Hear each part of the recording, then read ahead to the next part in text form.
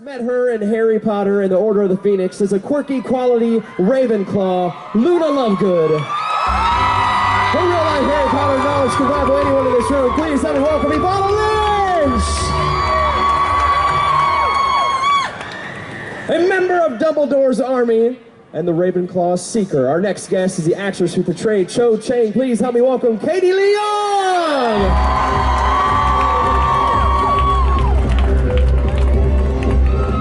Now our next guest, Neville Longbottom, started his journey as a shy and clumsy and finished as a courageous hero. Please welcome to the stage, Matthew Lewis!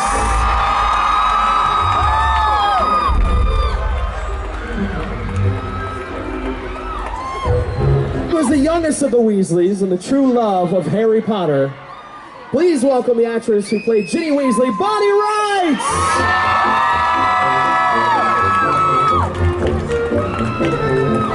Ladies and gentlemen, our final guest portrayed one of Harry Potter's best friends. As Ron Weasley, he stood by Harry's side from the very beginning. Please help me welcome Rupert Grint!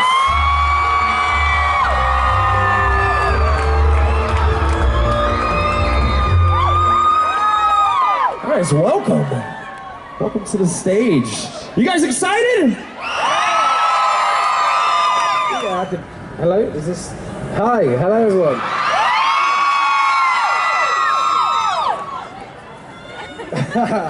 Thank you. Yeah, I'm sorry. What was is there something that happened on the set that molded who you are? Not necessarily character, but just you as Rupert. Ooh, okay. I don't know. I think the whole experience was very educational, really, in many aspects, because it was. I mean, it was our whole lives. We were there kind of all the time. I left school, and it was it was our lives. So yeah, I think. And we were really lucky to have some great directors, and Warner Brothers were always amazing to us. And I can't really think of a specific moment, but yeah, I don't know. That's all I got. Sorry. The same in that, like, not a moment, but it was like the feeling on set. Everyone was so nice, especially for me coming in halfway through the films as a fan.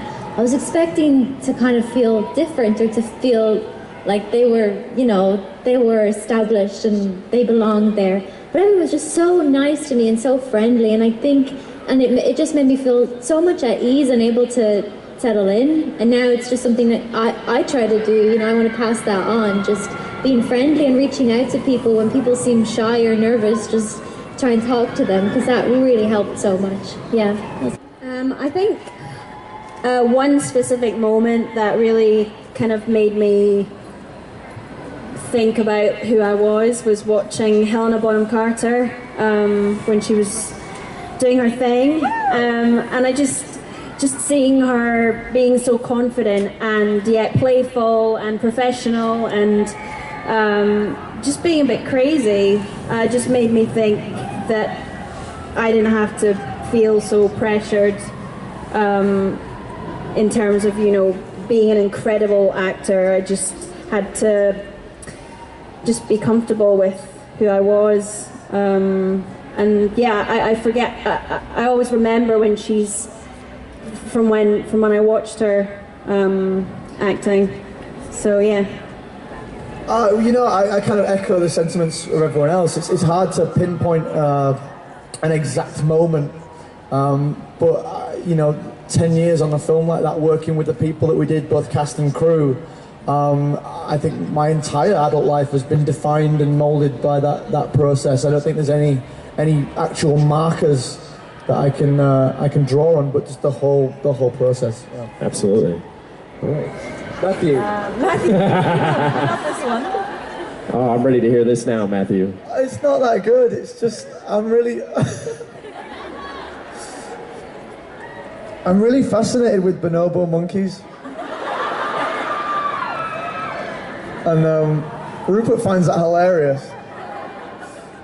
They're kind of like humans. I mean, they are basically just humans, so I'd be one of them. What would you be, Rupert? Okay. Do you know what? I think I'd be a spider. Because I would be a spider, therefore I wouldn't fear spiders. Would it be a big spider or a small spider? Sorry, Would it be a big one or a small one? no, a big one. Yeah. You gotta go big. If you're gonna go spider, go big or go home. Oh, well, I mean, look, the doors that have been opened to me because of Harry Potter, you know, it's unprecedented. I mean, there's no way that I would be where I am in my career without it. The casting directors that I'm able to meet, the directors and producers that I'm able to meet, I think having a project like Harry Potter on your CV is incredible, it's invaluable, and I owe a lot to that. But I don't think that it's hindered or typecast me in any kind of way. I don't feel pigeonholed. The roles that I go up for and the roles that I have done recently have been so detached from Neville and Harry Potter. I have to grow a mustache for a start. Yeah, I mean, no, I think that Harry Potter has been a complete boon for me. It's been something that's opened like many opportunities. I think for me, it like kind of set the bar because it was the first job I ever did, and I absolutely loved it, and it didn't feel like work, you know. And I think that was something. It took me a while to be like, oh, this actually can be a job, and it doesn't have to be hard. You don't have to like really suffer for your job. You can love it, and the more you love it, the better you are at it. And yeah, it's like, you know, since then, it's hard to find characters and projects that I love as much. And I think, like, I look back and maybe I'm more selective and maybe don't work as much, to be honest, because I want to find someone that I care about that much, you know? Yeah, that's what it is for me. I want to find characters that inspired me as much as Luna did. Because otherwise, I think what's the point, you know? Yeah, definitely. Agree. I can't tell you what we really stole. Ooh. Hypothetically, what would I take? I always really wanted my wand, although every time we did every scene, they literally almost checked them in and out. Like they were sort of these, I mean, they were obviously the most important prop in the film to us. So it's quite surreal when you come here and you had the experience of all these Ollivanders and different things, and then there's just hundreds of the Ginny Weasley ones. I'm like, oh, can I have one of these? Wait, can I take it? So you had to check your wand out and check it back in? Yeah, they like counted them, and like sometimes you just took it away by accident, or often like sometimes there would be moments that one or two would get broken in, you know, in the heat of a battle, but that so that the prop guys wouldn't be your best friends when that happened. But yeah, so I take my wand. I also always used to want my Gryffindor jumper. Like I spent a lot of time in that Gryffindor jumper, so maybe I'll find one of them here as well. Well, I did steal something fairly quite important, I think. Do you remember the golden egg? I can't remember which one it was. It was the fourth one. Goblet yeah, Claire. I took the egg.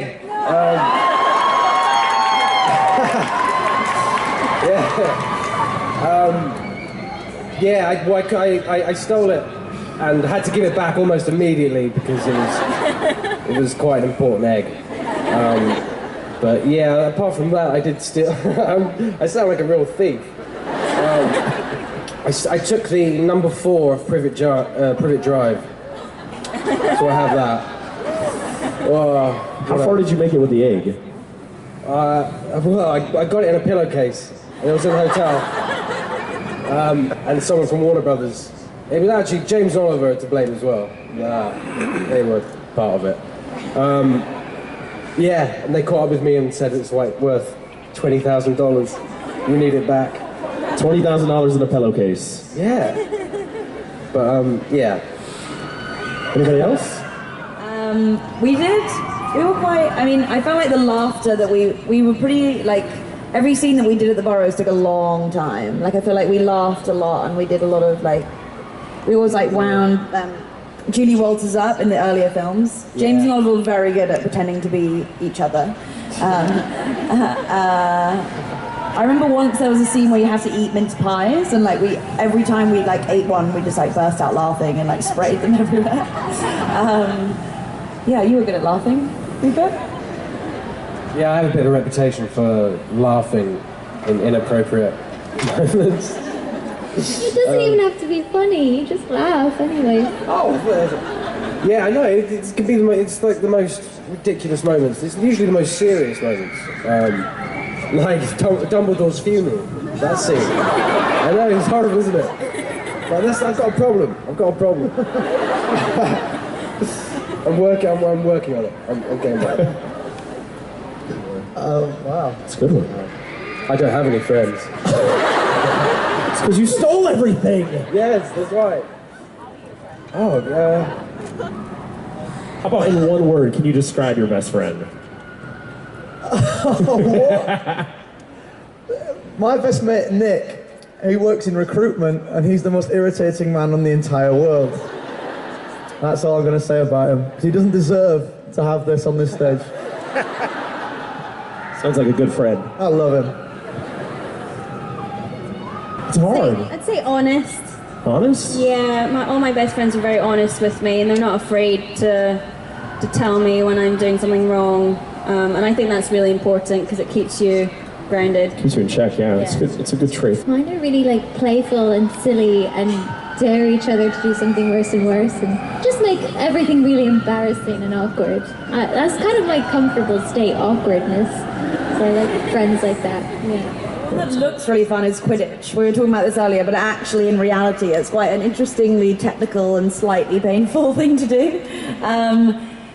It always I remember obviously Ginny only plays Quidditch through the later films, but I was really excited when that came about in the books and I knew that I would be getting up on that broom. But it basically is like an electronic arm and you're basically attached to the broomstick. Almost like almost like a seatbelt, and you're like on a bicycle seat that's attached to the broom. And even though obviously a lot of it is put in by computer like all visual effects afterwards, a lot of the actual movements are real movements. In fact, like the ride here did kind of simulate that same feeling, but it's quite painful. You're strapped in. You actually have to have quite a lot of core muscle to like be spun around lots. So I would say it was interesting, but it was quite challenging. My favourite one that I did was the blowing up of the bridge in the final movie.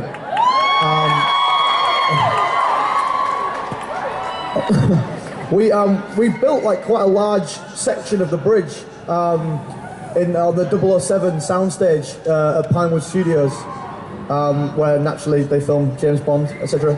And James Bond were actually booked to go back into the stage like the next day, so we had to get it done on that day, and they'd rigged it all to blow up, and I'd be stood on it and I'd run, and then I'd step off the bit that was about to blow up just in time for that to all collapse, and I'd duck out of shot, and it was all going to be seamless and perfect, and we had one go at it, and we did it, and it was fine, it was brilliant. And then we used to shoot on film, and if you got a hair on the gate at the end of it, you'd have to basically redo the entire thing, and it was no fault of anyone, no technical fault, no human error. It's just these things happen, and that happened, and we had to rebuild the bridge and do the whole thing again before James Bond came in like the next day. How long did it take them to rebuild that bridge? Oh man, they knocked it up pretty quick. They're pretty impressive, those guys. I mean, they weren't happy about it, but they did it, and then the next take we did it again, and I mean, I was perfect both times. You nailed it. Yeah. It definitely wasn't your fault. No. So many different reasons. I love the Chamber of Secrets because for that, obviously, Virginia's role was a huge part. And in the first film, I was obviously just at platform 9 3/4. So in terms of the performance I had to give in that was just a whole new world to me, and I learned a lot. And I really loved working with Christopher Columbus on that film. I often think he's sometimes forgotten for the amazing work that he really did achieve on those first two movies. And yeah, it was quite enjoyable but challenging to be in all those scenes in the Chamber of Secrets, and then be finally, after weeks and weeks of lying on the floor, finally be woken up by Harry when he gets a basilisk fang into the diary. So I would say the Chamber of Secrets for me was really when it became, I guess it was acting then at that point. It's like real for you with that. Yeah, I would say the same. Particularly the first film, I think. That was a very special moment because it was all completely new. I sent in a video to Newsroom, this TV show, and I was a huge fan of the book, so suddenly I was on this amazing set, kind of living it for real, and it blew my mind. And yeah, it was a very special time of my life, yeah, so I'll always remember that. My favorite one was the sixth one because it was fun. There were quite a lot of fun scenes. There was the Slughorns Christmas party, and there was the Quidditch matches, and I always liked the ones that were instant terror, that they were just going to fire me. Just going to find me, get this creepy fan out of here. So it was like number 6, I started to feel like myself and more confident and feel like one of the family. And yeah, the costumes got even better. The lion hat was kind of top costume. It's fun. I think mine was probably the 4th film.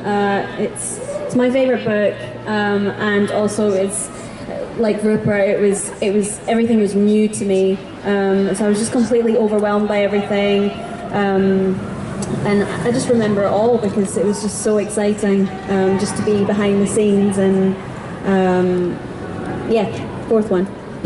Yeah, I guess probably Deathly Hallows Part 2, I think. Okay. Because the character of Neville, I had such I had such an important role towards the end of that movie with, you know, the killing of the snake and things like that, and then the journey that Neville takes. I just really enjoyed that whole process, and working closely with David Yates on that final movie was a lot of fun. And that's the one that I just, the hell is that? I had the most fun doing. Yeah.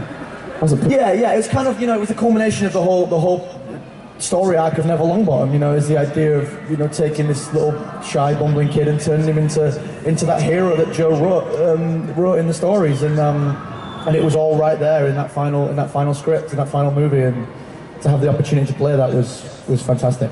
Awesome.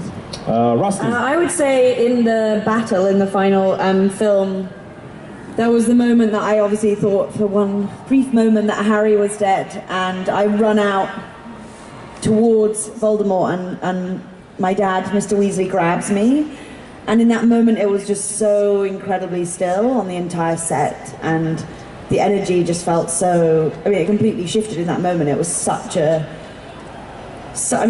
performance that Ray Fiennes gave, that, I mean, no one needed to almost act themselves. They were completely chilled to their core, and running out after his big moment was quite a thing to follow.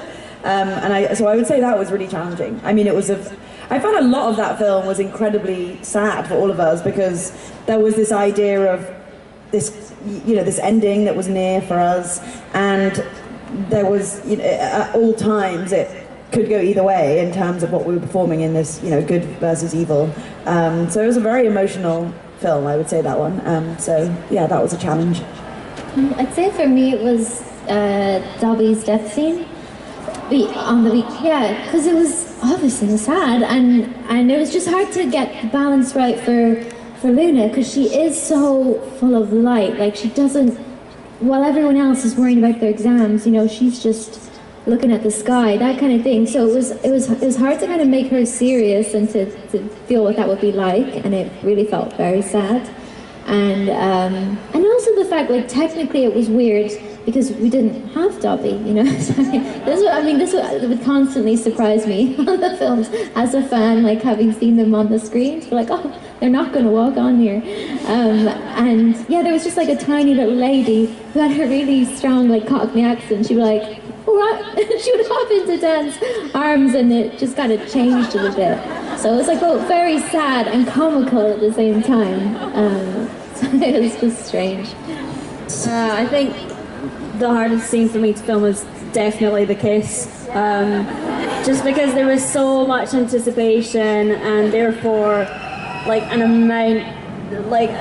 crazy amount of pressure to getting it right. And also I had this stupid fringe, like bangs, you call it in America, and I couldn't see through my hair. And I really regret that haircut, by the way.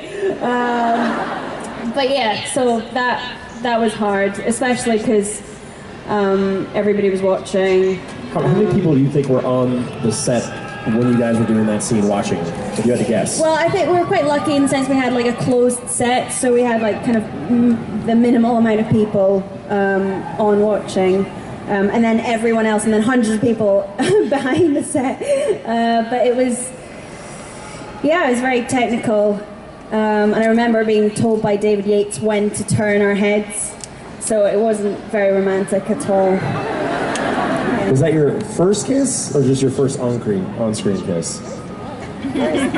kiss? Oh, was it my first kiss? No. On screen. Yeah. Okay. On screen.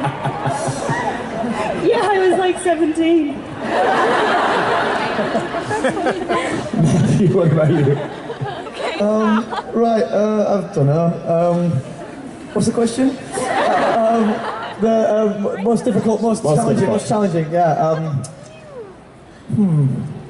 I think probably there's a scene in, I don't know which film it's in, when Neville explains to Harry what happened to his parents.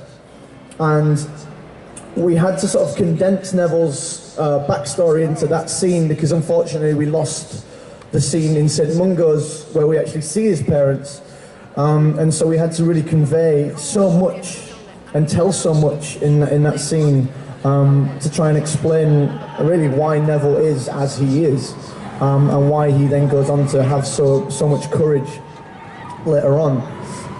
And so I remember that being quite a challenge, just because I just felt quite a lot of pressure there to make sure we did that story justice, to make, for people who hadn't read the book, to make the character of Neville ultimately not so much make sense, but ring true. So I felt a great deal of pressure with that particular scene. I had a crush on Matt. Day one. I know, man. Doesn't everybody? What's that? Well, sideburns. I mean, come on. Yeah. I think I always knew. Really? Yeah. There was just a twinkle in your eye. I just kind of. At least it's mutual. Swap places, get it. Yeah, I mean, there was a lot of Ginny that I feel sad that I never was able to play in the movies out of the books. I would say a lot of the Quidditch. I don't think she never really stepped into that moment enough.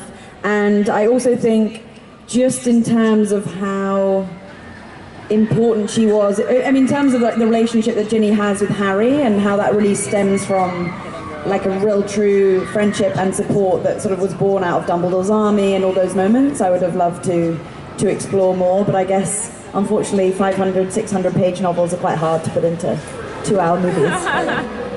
I would say there's a few characters that I kind of missed. Peeves, you know what I mean? Which I thought was played brilliantly by Rick Mail. I think he was never seen in the film, was he? Yeah, when we tried to shoot it. Yeah. We tried to shoot Rick Mail as Peeves, the lit, great, magnificent Rick Mail, but it was just too funny. I don't think any of us could ever get through any of it. Yeah. And so unfortunately it never made the final cut, which was a real shame. Quite resentful of the fact I never got to play Quidditch, in spite of you guys saying how painful it was to be up there. So yeah, I think it would have given an extra layer to Cho, so she wasn't just crying all the time. I was disappointed I didn't get to commentate the Quidditch match, because sport, even on brooms in the air, bores me to tears. And I like the fact that Luna commented on other things like their personal feelings and things like that. I thought it would have livened it up a bit, and it was originally in the script, but didn't make it. So that was sad. More of a color commentator than anything. What's that? She's more of a color commentator. Yeah, exactly. Yeah. I'm quite fond of Wingardium Leviosa. I don't know why I would. That's what does it do? It levitates things, isn't it? Yeah, I just make things levitate. That's what I do, yeah. Invisibility cloak as a kid would be pretty cool, like sneaking into things. And what's the one where they're actually like objects and you go to them and then you can be transported to another one? They're like portals. Portkeys. Yeah, I mean travel would be amazing. You just hop around the world whenever you wanted. Be great. Hawaii. Is it when you want to? Is it Accio when you want to bring something to? Yeah, Accio. I pronounced it wrong. So I could find my house keys, which I lose all the time. Mine would be just Expecto Patronum, because I think that's a really powerful thing to be able to summon happy feelings when you feel really, really dark. And I think it's a spell like you can, well, not the spell, but it's a practice you can use in real life without magic, but it is a kind of magic, So yeah, Expecto Patronum, and you get a cool little silvery pet dancing around. Oh, I love when Mrs. Weasley says a great line to Bellatrix. I shouldn't probably say the last word of the sentence. Well, I guess you've all seen it, so. But she's about to attack me, and she says, "Step away from my daughter, you." Yeah. Witch. You witch. You witch. Nailed it. That's a great moment that they had so much fun doing. You could see that was, yes, that was great. To be in between that slightly was a great feeling. Oh God. Probably she needs to sort out her priorities. It's quite hard to remember lines, actually. Bloody hell, I said a lot. I really like the Gary Oldman one, because he's just absolutely brilliant when he says it, when he's like, I did my wit in 12 years of it in Azkaban. I always really love that. He's such a brilliant actor. And every time he does that line, I always get the chills. It's really cool. I actually know if it's in the film, but it's a line that I did this really embarrassing thing when I was like 12. I painted all my favorite Harry Potter quotes on my bedroom wall, and I haven't had the heart to change it yet. Even though people come in and they just kind of raise their eyebrows because it's awkward. But I have, one of my favourite ones that I have is the one that Kingsley Shacklebolt says about Dumbledore, where he says, "You might disagree with him on many counts, but you cannot deny he's got style." Yeah, so cool. And it's just like, hell yes, Dumbledore. Does have. Never thought about that. Ed Sheeran. Yeah. Lego house. Ed Sheeran. I had one that I used to listen to as Luna, Strange Magic by ELO. It's so lovely and dreamy and weird. It was perfect. Fits it perfectly. Yeah. There's so much. It's such a great question. I'd love to actually sit down and think, I don't know, put out the Frog Chorus by Paul McCartney or something like that. Don't share that song, it's awful. Just something like that. Applause to the cast of Harry Potter! Nice.